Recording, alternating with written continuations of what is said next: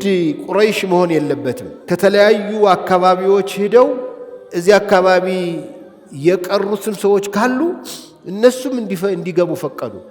ወዶ ገባ የሚባል ወዶ ዘማች በፍቃደኝነት የሚዘምት ሁሉ አሰባሰቡ።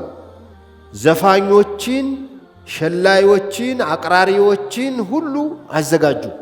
ዘንድሮ ጦርነት ማቅራራት ቀርቷል መሰለኝ። ድሮ እኮ በእኛ ሀገር ዘፋኞች፣ አቅራሪዎች መጥተው የሆነ ገጠር ገበያ ላይ ስለ ጦርነት ይሸልላሉ።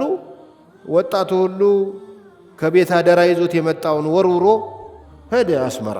ሳይሰለጥን ለብ ለብ አድርገው 2 ወር 3 ወር ለብ ለብ አድርገው ይልቆታል። የቦምብ ማምከኛ ያደረጉት። እነሱም ጋር እንደዚህ ነው ያደረጓቸው።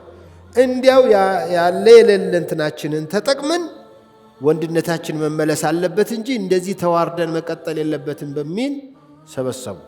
3000 ጦረኛ ማዘጋጀት ቻሉ መኮች።